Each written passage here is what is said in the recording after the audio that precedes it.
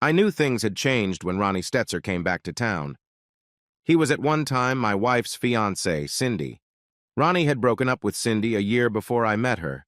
She made no secret of the fact that Ronnie had broken her heart when he decided to break up with her and marry a rich woman 10 years older. I started dating Cindy. She didn't have the great looks of a model or movie star, but she was very pretty. She had soft brown hair and brown eyes and a beautiful face, but it was her loving heart that drew me to her. We were married about a year later, and our little girl Amanda was born 9 months later. Life was good for 18 of our 19 years together. We had our disagreements, but nothing serious until recently.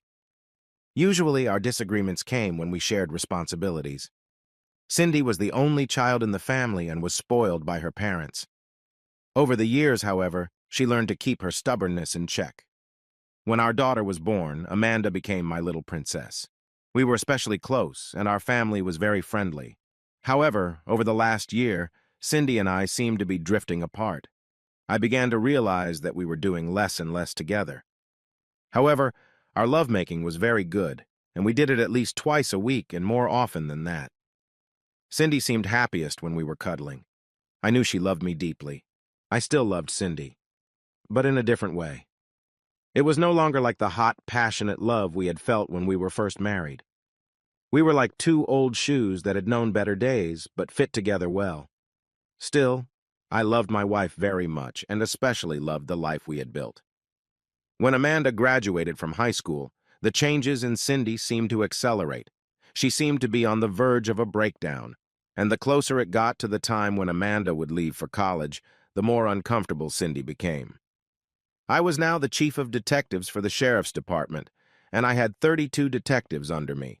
Since this county wasn't a high-crime county, the job wasn't too stressful. Cindy was still working as a dental hygienist. About a month after Amanda left for college, Ronnie showed up at a barbecue thrown by a couple, John and Ann Smythe, who were more Cindy's friends than mine. Nevertheless, John and I got along just fine, since he owned a security company, and we always had a lot to talk about. I had no idea Ronnie would be there, but Cindy certainly did. She immediately pulled away from me, which wasn't unusual, and started circling. But an hour later, I went looking for her and found her and Ronnie sitting on the porch. As I approached, Cindy's neck was slightly flushed, which meant she was up to something I wasn't going to like. She quickly introduced me to Ronnie and my stomach clenched. As a cop, I had developed an inner instinct, and mine told me this was real trouble. Cindy tried to brush it off like she was surprised to see him and they were just reminiscing about old times. But her neck turned red during the explanation. I decided I wasn't going to blow this whole thing out of proportion. As a police officer, I deal with extremely unpleasant situations many times.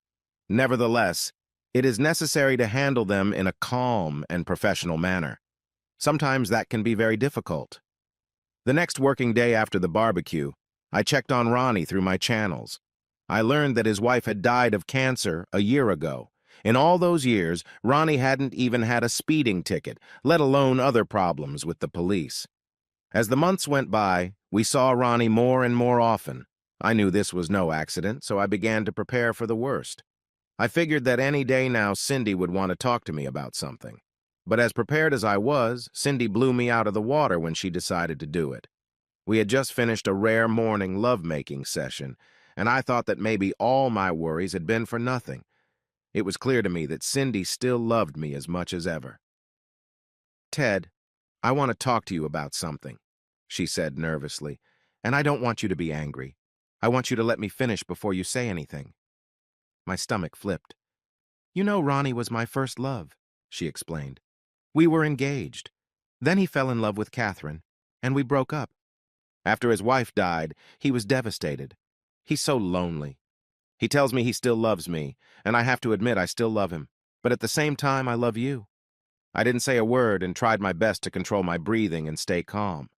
That gave Cindy courage because she smiled and continued, "I still want to be your wife, but I want to be with Ronnie too. Ronnie and I talked it over and decided it would be fair for me to stay with you for a week and him for a week." I slipped out of bed, got dressed, and left without a word. I headed to my office and closed the door. The receptionist looked at my unshaven face but didn't ask. I told her I didn't want to be disturbed unless it was something serious. I was left alone.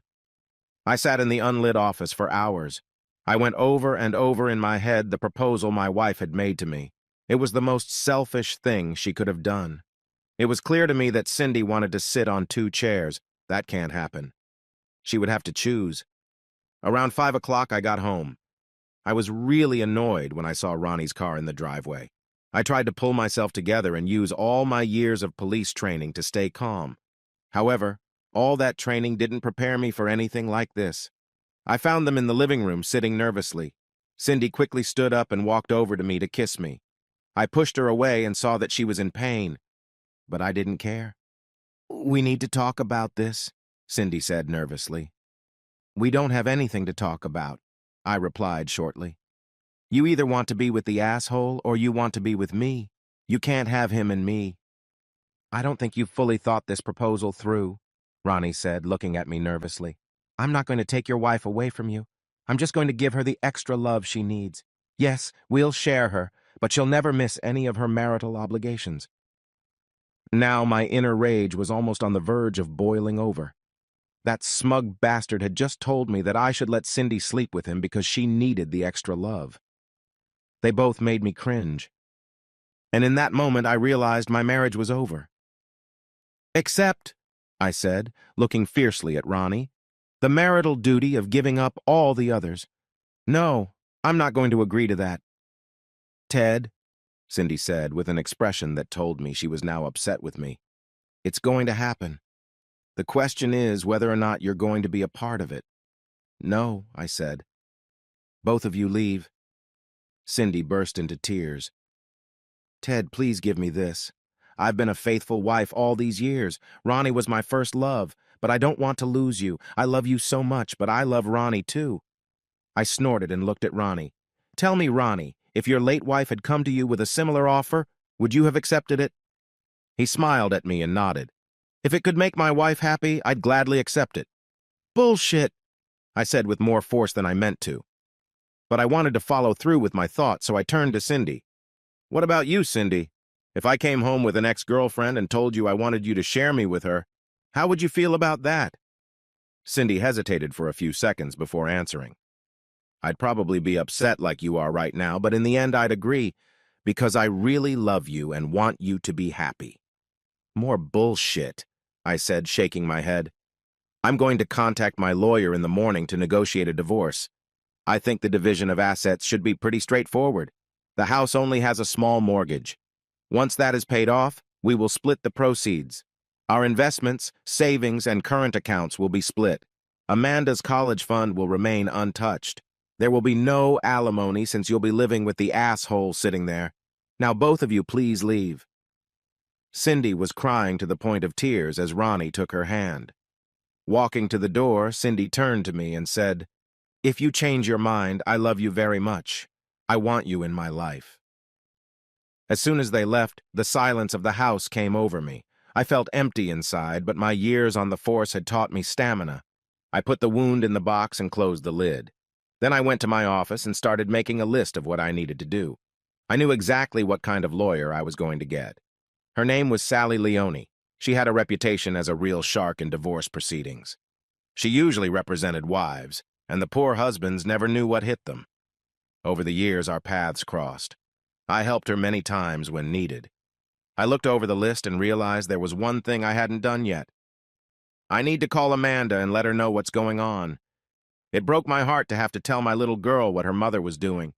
It took Amanda a full 5 minutes to calm down so I could truly understand her. What happened next was a surprise. "That damn whore did this to you, Daddy," she said venomously. "All these years you've been so good to her, to us, and now she's stabbing you in the back. If she does that, I want nothing to do with her." "Amanda," I said calmly, "you're very upset right now, and I understand how you feel. But Cindy is your mother, and she loves you unconditionally. Don't ruin your relationship with your mother over this. We'll all lose if you do. Can't you at least wait a few days before you talk to her?" "What if she calls me?" Amanda asked. "If she does, I'll give her the full story. Please, if she calls, don't answer for a few days. Promise me you'll do that." Amanda reluctantly agreed to honor my request. Later that night, Cindy called me very concerned. She had tried to call Amanda but was unable to. I explained that I had spoken to her and our daughter was obviously upset. I explained to Cindy that Amanda wanted to calm down before talking to either of us about the subject. "I bet you turned her against me," Cindy accused me. "I bet you painted the most disgusting picture you could." "Cindy, how can I paint a worse picture than you've already painted?" I said calmly, knowing it would make her angry. "Her mother wants her father to let her sleep with another man." Before Cindy could say anything, I decided to tackle one of the items on my list. "Oh, now that I have you on the line, you should hire a lawyer." "Please, Ted, don't do this," she cried again. "It's killing me that you want me out of your life. I love you so much. Can't you give in to me a little?" "There's nothing to discuss, Cindy," I said, and hung up the phone. I took the next week off to focus on getting all the ducks in a row. But the nights were horrible. Lying in bed alone was unbearably lonely. I would wake up in the morning and reach for Cindy, only to remember why she wasn't there. The first thing I did was call Sally, but I was unpleasantly surprised when she told me that Ronnie had already called her.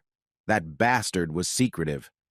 He must have already figured out who the best divorce lawyer was, and now he was ahead of me. "Well, if I can't hire you," I said, somewhat offended, "can you recommend someone I should hire?" I said Ronnie contacted me. Sally snorted. "I didn't say he hired me. In fact, I told him you'd already hired me." "Wow," I said with great relief. "I really appreciate you doing this." "Ted, most men in this town think I'm a piece of shit," she said bitterly. "You're one of the few who has always treated me with respect.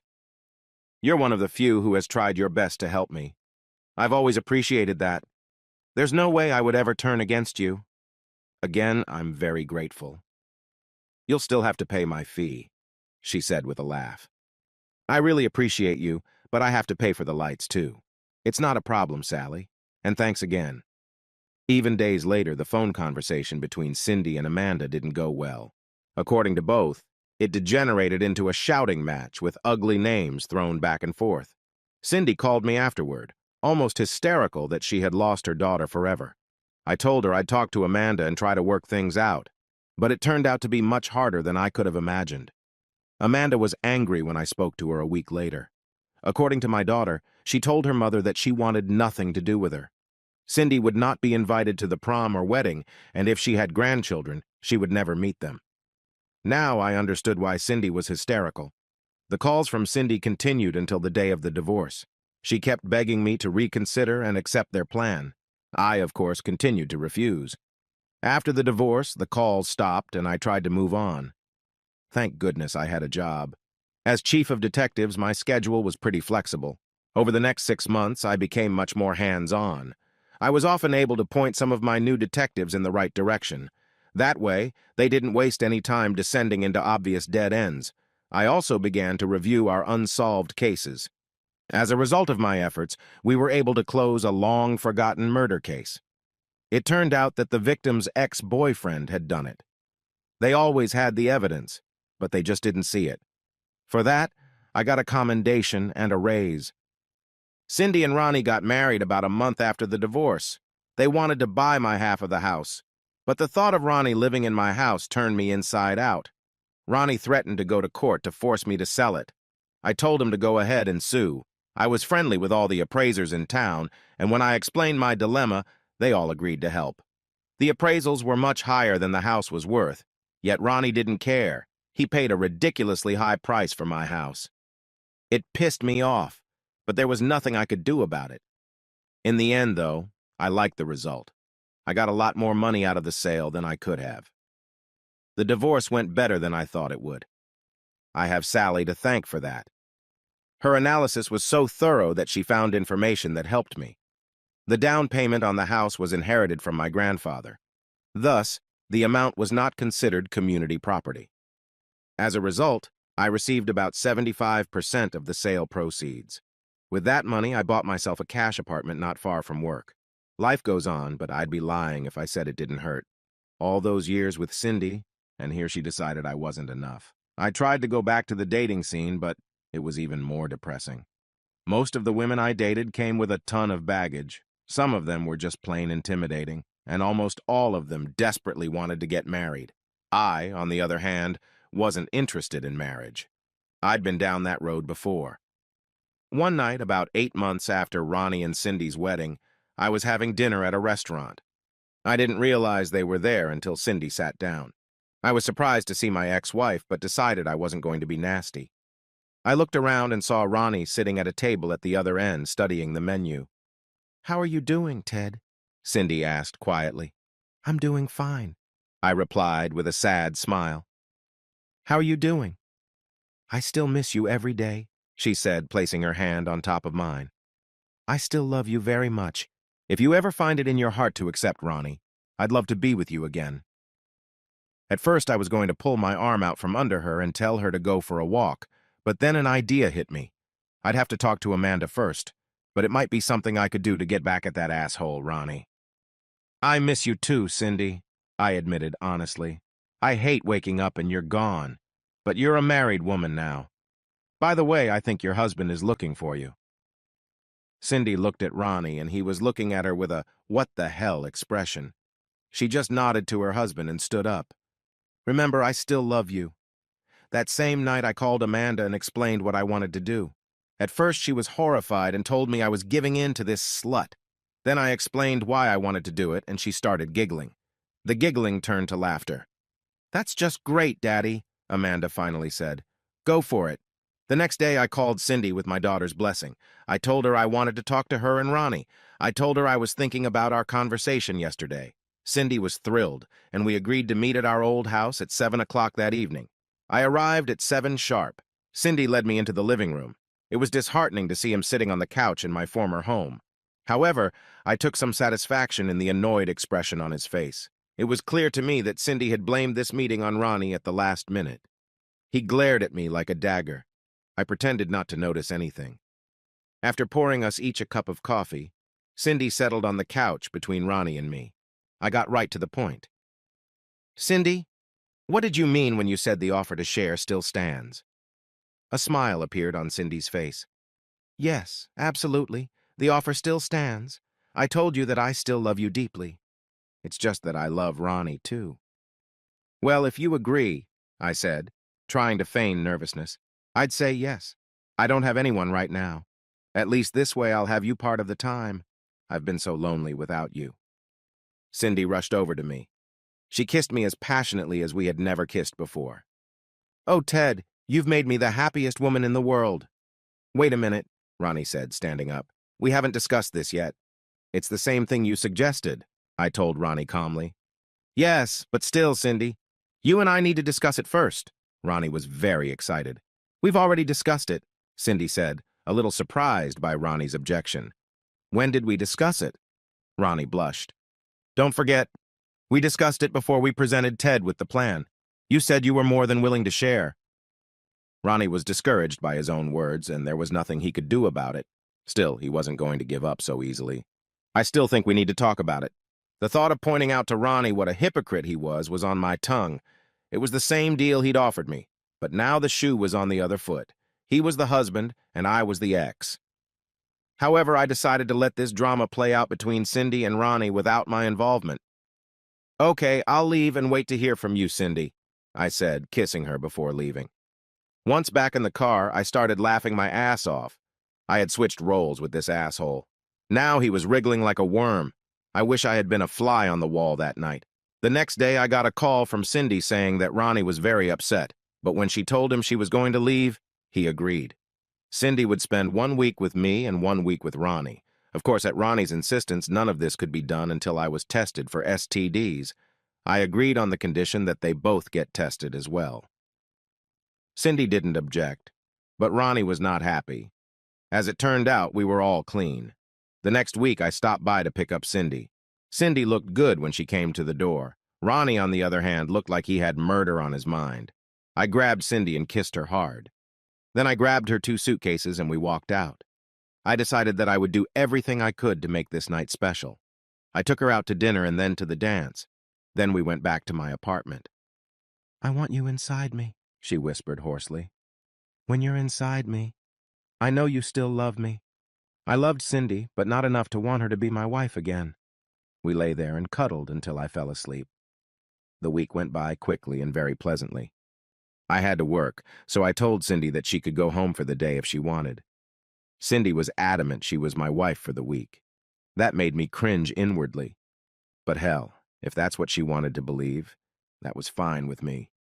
All I was interested in was fucking Ronnie's wife. She cleaned the house, went grocery shopping, washed my clothes, cooked meals, and even set our dinner times. I had a blast. I even got Amanda to talk to her mother without yelling at her. Of course, Amanda was aware of my plan, and I'm sure she laughed at how clueless her mother was. As I drove Cindy home, Ronnie looked both pleased and angry. Whatever anger was simmering inside him, he kept it in check. He kissed Cindy passionately right in front of me.